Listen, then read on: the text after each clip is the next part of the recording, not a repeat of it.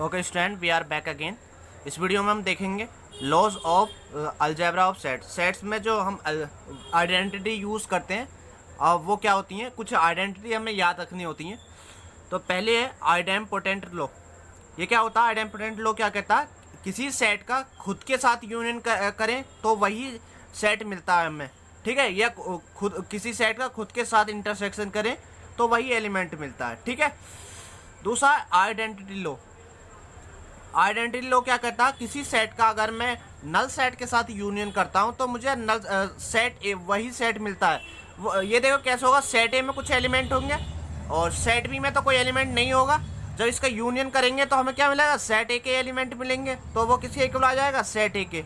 ऐसे ही जब यूनियन के साथ सेट ए का इंटरसेक्शन करते हैं तो क्या मिलता है हमें? देखो यूनियन तो सारा है, उसमें से एक वाले कॉमन लेने हैं तो हमें क्या मिलेगा? सेट ए ही मिलेगा। Next commutative law. Commutative law हम जो पढ़ते थे बचपन में, जैसे 2 + 3 = 3 + 2, तो यही है कॉम्यूटेटिव लॉ। जैसे ए यूनियन बी करूं या मैं बी यूनियन ए करूं तो मेरा आंसर सेम ही आने वाला है। या ए इंटरसेक्शन बी करो या बी इंटरसेक्शन ए करो, आंसर सेम ही आने वाला है, ठीक है। एंड की जगह यहाँ लगा दो =। नेक्स्ट है एसोसिएटिव लॉ। एसोसिएटिव लॉ भी हम पढ़ चुके हैं, जैसे बचपन में करते थे। A union B union C, तो क्या हो जाएगा? अब एक बार इन दोनों बी और सी को ले लो, ठीक है, इसमें कोई फर्क थोड़ी पड़ेगा। ऐसे ही इंटरसेक्शन में A intersection B intersection C क्या आ जाएगा? A intersection B intersection C. Distributive law, ये काफ़ी इंपॉर्टेंट है, इसको इंपॉर्टेंट पॉइंट लगा के लिखो। इसमें क्या है? A union B intersection A union C, sorry यहाँ से देखो, A union B intersection C. तो इसमें क्या होता है, जो ये जिन ब्रैकेट में लिखे होंगे एलिमेंट, उनके बीच में जो होगा, यूनियन हो या इंटरसेक्शन, यानी जिसका भी साइन होगा वो किस में आएगा? हमेशा बीच में। और इसके साथ जो होगा वो क्या आएगा? वो इसके साथ डिस्ट्रीब्यूट हो जाएगा। जैसे ए यूनियन बी यहाँ पे लिखा, उसको ब्रैकेट में, ये वाला ब्रैकेट बीच में, ए यूनियन सी, ठीक है। तो कहने का मतलब है एक बार ये इसके साथ, एक बार इसके साथ, ऐसे इंटरसेक्शन में होता है। तो बीच में एलिमेंट कौन सा आ रहा है? ये, तो बीच में वो आएगा, तो एक बार ये बी के साथ जाएगा, एक बार सी के साथ जाएगा, ठीक है। नेक्स्ट है हमारा डी मॉर्गन लॉ, काफ़ी इंपॉर्टेंट, बहुत ज़्यादा इंपॉर्टेंट। तो इसमें क्या होता है? ए यूनियन बी को का ये क्या है? कॉम्प्लीमेंट को हम क्या लिख सकते हैं? A complement intersection B complement, ठीक है। और ए इंटरसेक्शन बी कॉम्प्लीमेंट को क्या लिख सकते हैं हम? A intersection union B intersection. ये काफ़ी इंपॉर्टेंट है, बहुत ज़्यादा, इन दोनों को याद रखना है। इनको हम बार बार क्वेश्चन में यूज़ करने वाले हैं। एक ये वाला इंपॉर्टेंट है, ए माइनस बी, यानी डिफरेंस वाले में क्या होता है? ए इंटरसेक्शन बी कॉम्प्लीमेंट, ठीक है। तो ये सारे लॉ को एक बार लिख लो और इन्हीं को मैं देखो बार बार उसमें यूज़ करूँगा क्वेश्चनों में। पहला क्वेश्चन है, let A B C be the sets such that A union B equal दे रखा है मैं ए यूनियन सी, और ए इंटरसेक्शन बी इक्वल दे रखा है मुझे ए इंटरसेक्शन सी के। हमें शो करना कि बी और सी इक्वल है, यानी बी और सी क्या होंगे? इक्वल सेट्स होंगे। ये हमें प्रूफ करना। तो हम क्या करेंगे? देखो, प्रूफ करने के लिए हम क्या करेंगे, मैं इसको 2 पार्ट में डिवाइड कर लेता हूँ थोड़ा। तो पहला वाला क्या दे रखा है मुझे? A union B = A union C, मुझे ये गिवन है ना। तो मैं क्या करूँगा? दोनों तरफ इंटरसेक्शन ले लूँगा पहले सी का, ठीक है। किसी भी चीज़ की हम दोनों तरफ मल्टीप्लाई या डिवाइड तो कर सकते हैं ना। ऐसे यहाँ पे क्या है, दोनों तरफ इंटरसेक्शन ले लिया मैंने। तो अब मैं इसको आगे सोल्व करूँगा। यहाँ पे देखो, मैं इसको डिस्ट्रीब्यूट लगाऊंगा, तो ये तो बीच में आएगा, ये इसके साथ एक बार सी के साथ जाएगा, एक बार बी के साथ, तो सिंपल इंस वाले आएंगे। तो ए इंटरसेक्शन बी यूनियन, ये वाला बीच में आता है जो ब्रैकेट के अंदर होता है, और बी इंटरसेक्शन सी। यहाँ पे क्या आएगा? A union C intersection C. तो यहाँ पे क्या आएगा?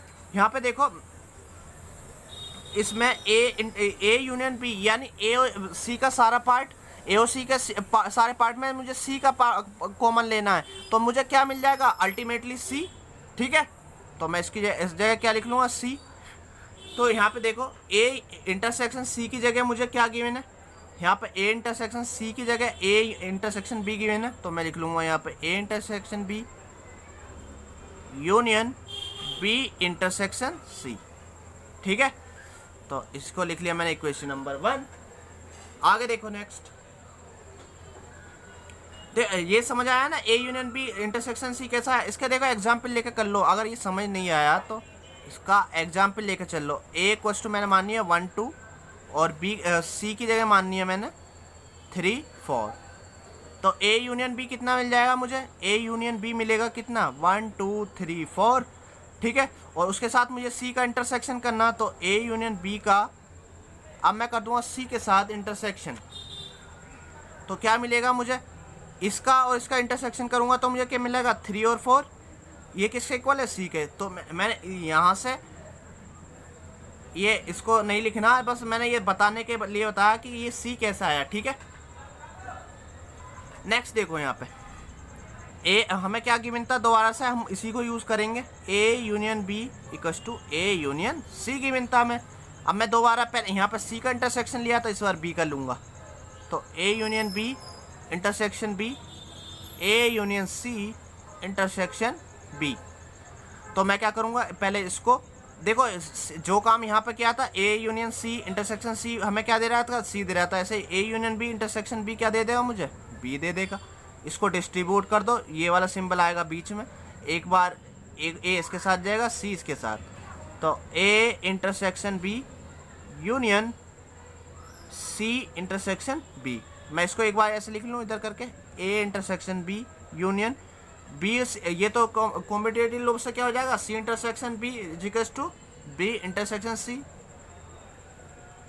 1 और 2 को कंपेयर करो, यहाँ पे A intersection B union B intersection C equals to A intersection B union B intersection C. तो फ्रॉम 1 and 2 क्या मिल जाएगा हमें, बी इक्वल्स टू सी। ठीक है, यही हमें क्या करना था, प्रूफ करना था। नेक्स्ट क्वेश्चन,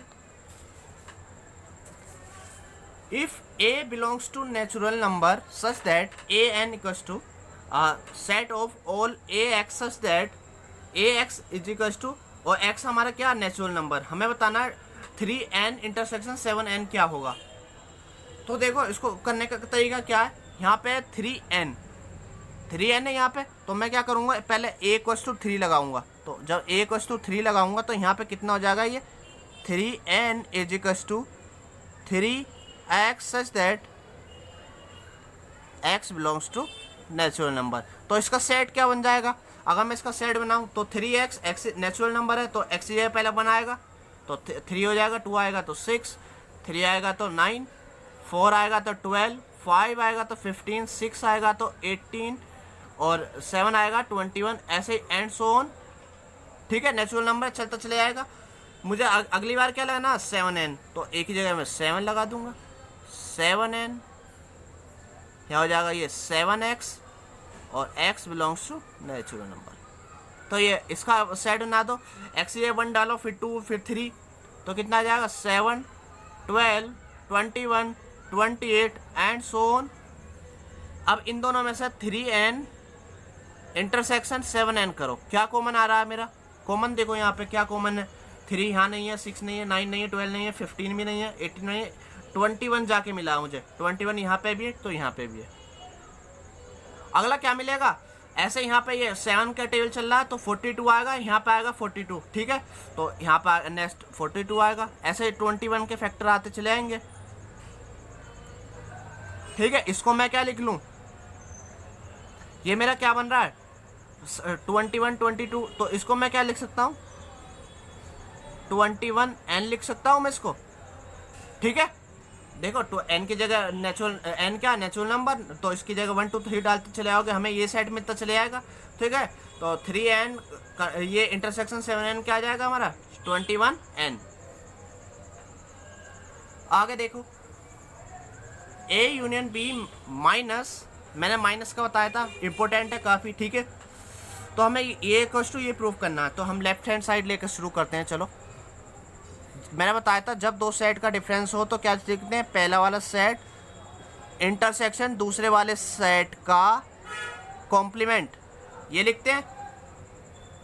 तो ये क्या हो जाएगा, इसको थोड़ा सोल्व कर लो, ए यूनियन बी, इसको डी मॉर्गन्स थ्योरम से लिखो, क्या आएगा, A union A intersection union B intersection. ठीक है, डी मॉर्गन्स लॉ से लिख दिया मैंने इसको। अब क्या करूँगा मैं, यहाँ पे देखो, इसको अगर मैं सिंगल एलिमेंट मानता हूँ, इसको सिंगल एलिमेंट मान के एक बार मैं इसके साथ डिस्ट्रीब्यूट करूँगा और एक बार इसके साथ, तो ए यूनियन बी जो आएगा हमारा, क्या आएगा, ये तो बीच में आएगा सिंबल, सॉरी बीच में तो ये आएगा सिंबल। ठीक है, एक बार इंटरसेक्शन के साथ ए के साथ जाएगा ये, union A union B intersection B dash. अब क्या करूँगा मैं, दोबारा से इसी को और डिस्ट्रीब्यूट कर दूंगा मैं, तो ये मुझे डिस्ट्रीब्यूट करके क्या मिलेगा, ए इसका ए यूनियन ए डैश। ठीक है, A union A dash. Next ये यूनियन था, एक सेकेंड रुको, देखो इसको डिस्ट्रीब्यूट कैसे करना, इनके अकॉर्डिंग करना। यहाँ से कहाँ गया हमारा, डिस्ट्रीब्यूट हमने गलत कर लिया, दोबारा डिस्ट्रीब्यूट करते हैं। देखो उल्टा करना, ऐसे नहीं ऐसे डिस्ट्रीब्यूट करना। तो पहले ए डैश के साथ करेंगे फिर बी डैश को। तो क्या करेंगे, पहले ए को ले गया मैं, ए इंटरसेक्शन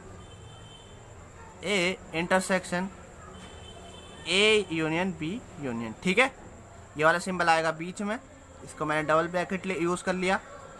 तो अगली बार बी इंटरसेक्शन ए यूनियन। ठीक है, अब क्या करेंगे, अगेन क्या करेंगे, यहाँ पे इसको यूज़ कर लो,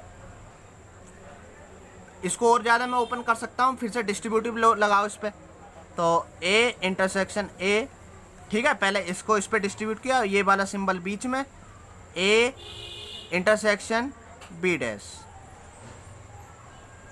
union B intersection A dash, ये यू तो बीच में आएगा, आगे क्या आएगा यहाँ पे, union B intersection B dash. ठीक है, इतना कर लिए। ए इंटरसेक्शन ए डैश क्या आएगा, फाइव, ए और ए में से ए और ए को छोड़ के क्या एलिमेंट आएंगे, फाइव। ठीक है, A intersection B dash union, ये आ जाएगा B intersection A dash. B और पी में से क्या कॉमन आएगा, कुछ नहीं आएगा। ठीक है, तो ये भी आ जाएगा क्या, फाइव।